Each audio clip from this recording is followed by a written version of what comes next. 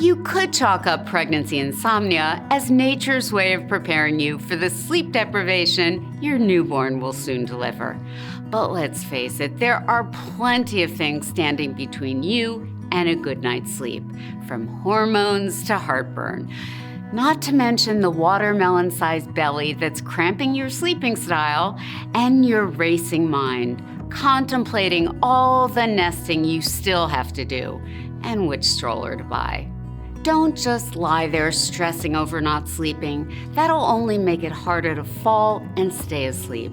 Instead, follow my tips. First, get your body moving by day, but don't get it buzzed by working out too hard right before bed. Heartburn keeps you up? Keep it down by eating dinner early. Our midnight bathroom run's the culprit. Finish your last water bottle before 6 p.m. Set a bedtime routine. They're not just for babies, and stick to the same time and the same order every night. Try adding a warm bath, soft music, or a soothing scented candle to the mix.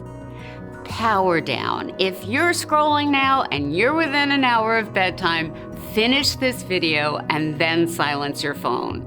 I know, it's a buzzkill, but it is true. Screen time before bed actually does interfere with circadian rhythms and sleep patterns. Empty your mind, get your thoughts down in a bedtime journal, or make tomorrow's to-do list before bed so it's not living rent-free in your head all night.